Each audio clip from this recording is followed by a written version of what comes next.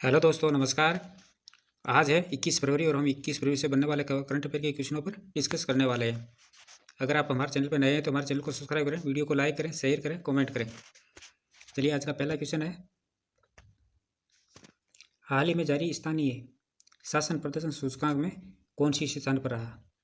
हाल ही में जारी स्थानीय शासन प्रदर्शन सूचकांक में कौन सी स्थान पर रहा? तो कौन रहा ये रहा कर्नाटक। कौन रहा? कर्नाटक।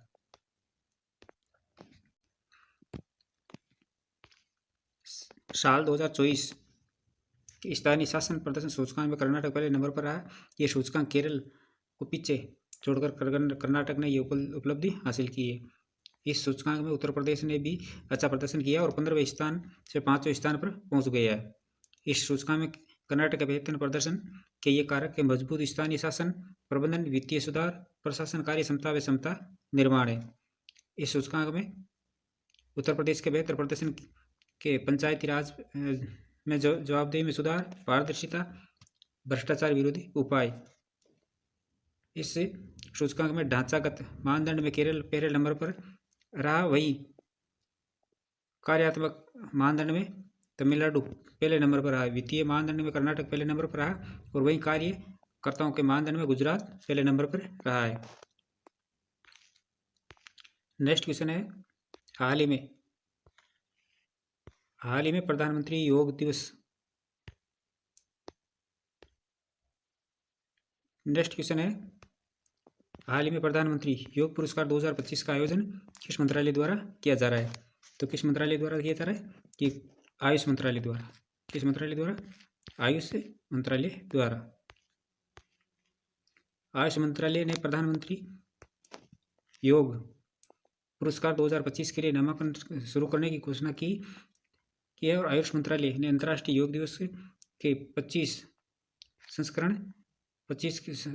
के संस्करण के लिए प्रतिष्ठित प्रधानमंत्री योग पुरस्कारों के नामांकन की शुरुआत करने की घोषणा की है। प्रधानमंत्री योग पुरस्कार 2025 के लिए नामांकन शुरू। इसके अंदर 25 लाख रुपए का नगद पुरस्कार से नवाजा जाएगा।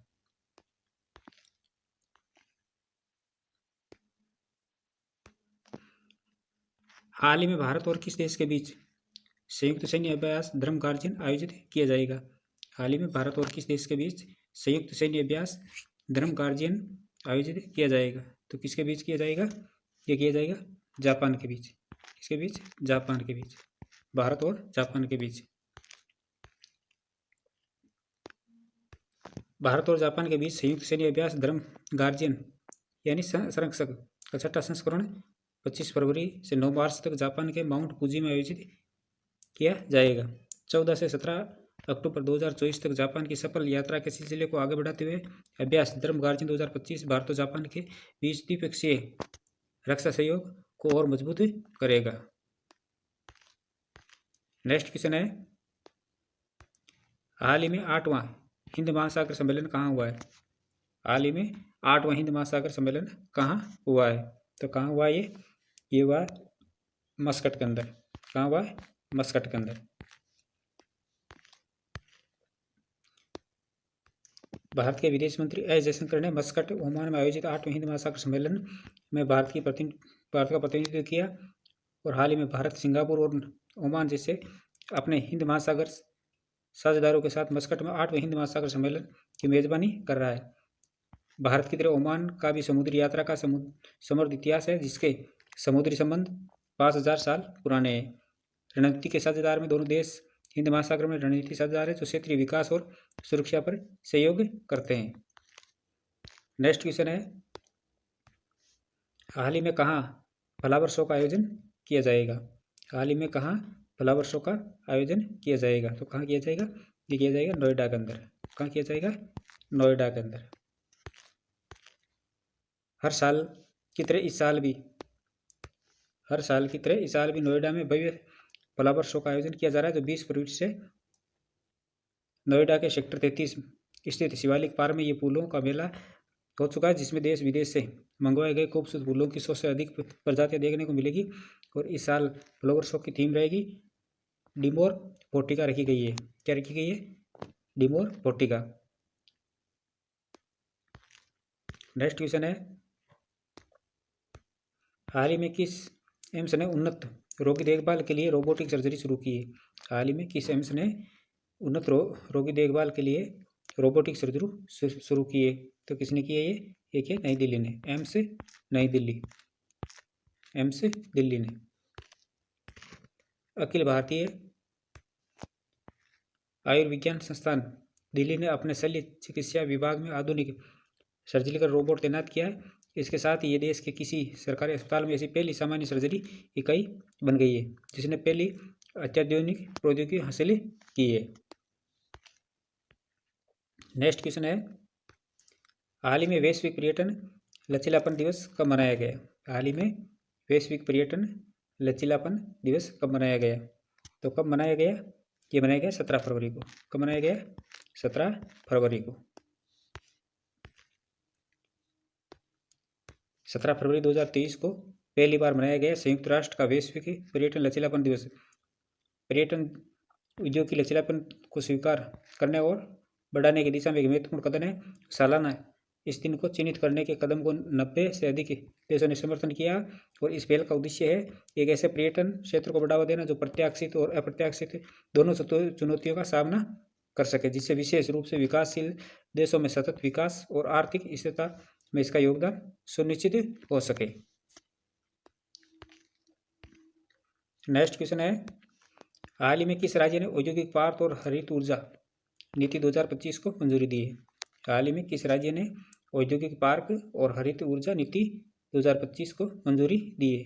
तो किसने दिए? ये दिए असम ने। किसने दिए? असम राज्य ने। असम मंत्रिमंडल ने असम एकीकृत स्वच्छ ऊर्जा नीति 2025 को मंजूरी दी और इस नीति के तहत ऊर्जा परियोजना के लिए जमीन आवंटन की भी मंजूरी दे दी गई है।